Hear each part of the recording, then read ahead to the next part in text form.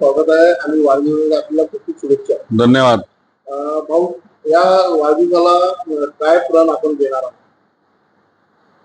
आज या ठिकाणी माझा जन्मदिवस आहे आणि जन्मदिवसाच्या निमित्तानं या ठिकाणी आज नागपूर जिल्ह्याचे पालकमंत्री आणि राज्याचे महसूल मंत्री आदरणीय चंद्रशेखरजी बावनकुळे साहेब, सावनेर कमिशन मतदारसंघाचे आमदार आशिषबाबू देशमुख साहेब, काटोल मतदारसंघाचे आमदार आदरणीय चरणसिंह ठाकूर साहेब, हिंगण्याचे आमदार आदरणीय समीरजी मेघे साहेब, जिल्ह्याचे भारतीय जनता पार्टीचे आणि प्रदेश कार्यकारिणीचे सदस्य आदरणीय डॉक्टर राजूजी पोद्दार साहेब आणि सर्व जिल्ह्याचे सर्व पदाधिकारी, सर्व मंडळ अध्यक्ष, महामंत्री आणि सर्व भारतीय जनता पार्टीचे सर्व पदाधिकारी या ठिकाणी आजच्या कार्यक्रमाला उपस्थित राहणार आहे.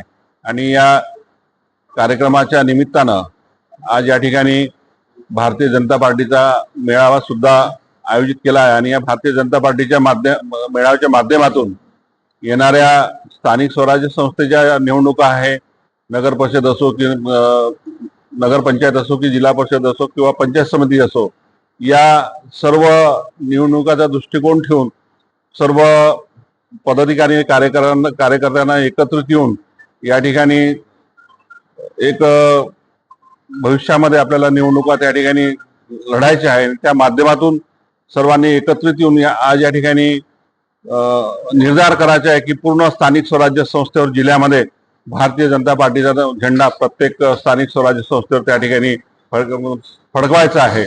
असा निर्धार आजच्या या जन्मदिवसाच्या माध्यमातून मी एक जिल्हाध्यक्ष म्हणून काटोल नागपूर ग्रामीणचा जिल्हाध्यक्ष म्हणून या ठिकाणी तो निर्धार त्या ठिकाणी करायचा आहे.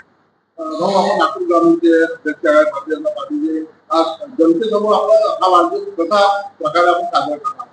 हा वाढदिवस एक साध्या पद्धतीनं वाढदिवस आहे, पण हा त्या वाढदिवसाचं एक औचित्य आहे. पण या ठिकाणी जिल्हाध्यक्ष झाल्यानंतर कुठेतरी भारतीय जनता पार्टीच्या संपूर्ण कार्यकर्त्या आणि पदाधिकाऱ्याचा मेळावा या ठिकाणी घ्यायचा आहे. आणि पालकमंत्री महोदय, महसूल मंत्री आणि माननीय आमदार सर्व या ठिकाणी मार्गदर्शन करणाऱ्या कार्यकर्त्यांना त्या ठिकाणी भविष्यामध्ये आपल्या जे काही रणनीती आहे त्याचं सुद्धा मार्गदर्शन या ठिकाणी होणार आहे. आपली वाटचाल कशी राहील? समोरची वाटचाल मला पक्षाने जिल्हाध्यक्ष केलं, फार मोठी माझ्यावर जबाबदारी दिली, माझ्यावर जो विश्वास टाकला त्या विश्वासाला मी तळा जाऊ देणार नाही. आणि एक चांगलं असं काम या जिल्ह्यामध्ये भारतीय जनता पार्टीचं पक्षाचं काम मी प्रामाणिकपणे त्या ठिकाणी करेल. ग्रामीण भागाच्या जनतेला आपण काय संदेश द्याल? ग्रामीण भागातील जनतेला एकच माझं या ठिकाणी सांगणं आहे की विकासाचं जे विजन, भारतीय जनता पार्टीचं जे विकासाचं विजन आहे, मोदी साहेबांचे सरकारचे 11 वर्ष आहे, 11 वर्ष पूर्ण झाले आणि त्या 11 वर्षामध्ये 80 लाख लोकांना या देशामध्ये मोफत धान्य त्या ठिकाणी दिल्या जात आहे.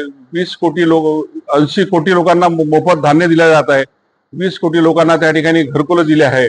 जलजीवन मिशन सारखी योजना, हरघर जल आणि मोठ्या प्रमाणामध्ये या देशामध्ये सुरू आहे. प्रत्येकाच्या घरी चांगलं असं शुद्ध पाणी त्या ठिकाणी जात आहे. असं अनेक प्रकारचं व्हिजन, मग रस्ते असो किंवा शेतकऱ्यांचे विषय असो, हे सर्व प्रश्न मार्गी लावण्याचं काम हे सरकार त्या ठिकाणी महाराष्ट्रातलं आणि देशातलं सरकार, भारतीय जनता पार्टीचं सरकार त्या ठिकाणी करत आहे.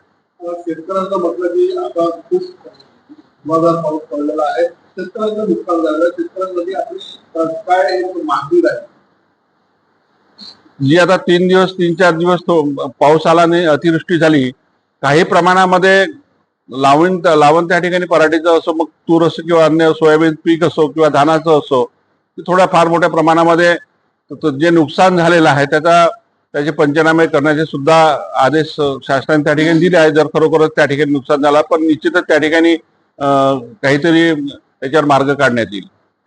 पीक विमा योजना शेतकऱ्यांना काय लाभ होईल? पीक विमा योजनेअंतर्गत आपल्याला माहिती आहे की 1 रुपयाचं ते विम्याचं होतं. अनेक शेतकऱ्यांना त्याचा त्या ठिकाणी केंद्र सरकारकडून लाभ मिळत आहे आणि शेतकऱ्यांना त्याचा फायदा सुद्धा त्या दृष्टिकोनातून फायदा सुद्धा झालेला आहे. पीएम किसान योजना त्या ठिकाणी सुरू आहे. शेतकऱ्यांची वीज बिल माफी महाराष्ट्र सरकारने केली. लाडक्या बहिणीला सुद्धा त्या ठिकाणी 1500 रुपये महिना त्या ठिकाणी व्यवस्थित आहे. महिला बचत गटाच्या ज्या योजना आहे त्या शेवटच्या महिलेपर्यंत त्याचा लाभ त्या ठिकाणी पोहोचवण्याचं काम आपलं भारतीय जनता पार्टीचं सरकार त्या ठिकाणी करत आहे. माझा आखरी प्रश्न आहे आता जे बीज येत आहे शेतकऱ्यांसाठी ते डुप्लिकेट येत आहे आणि याचा बाजार खूप मोठ्या प्रमाणात वाटप होत आहे. माननीय मुख्यमंत्री महोदयांनी असे आदेश दिले आहे की कोणी जर डुप्लिकेट जर बोगस बियाणं जर त्या ठिकाणी विकत असेल तर त्याच्यावर निश्चितच त्या ठिकाणी कारवाई त्या ठिकाणी झाली पाहिजे, कारण की ते शेतकऱ्यांची फसवणूक ही फार मोठी त्या ठिकाणी फसवणूक होते आणि अशा बोगस विक्रेत्यावर निश्चितच त्या ठिकाणी सरकार त्या ठिकाणी कारवाई करत आहे. धन्यवाद.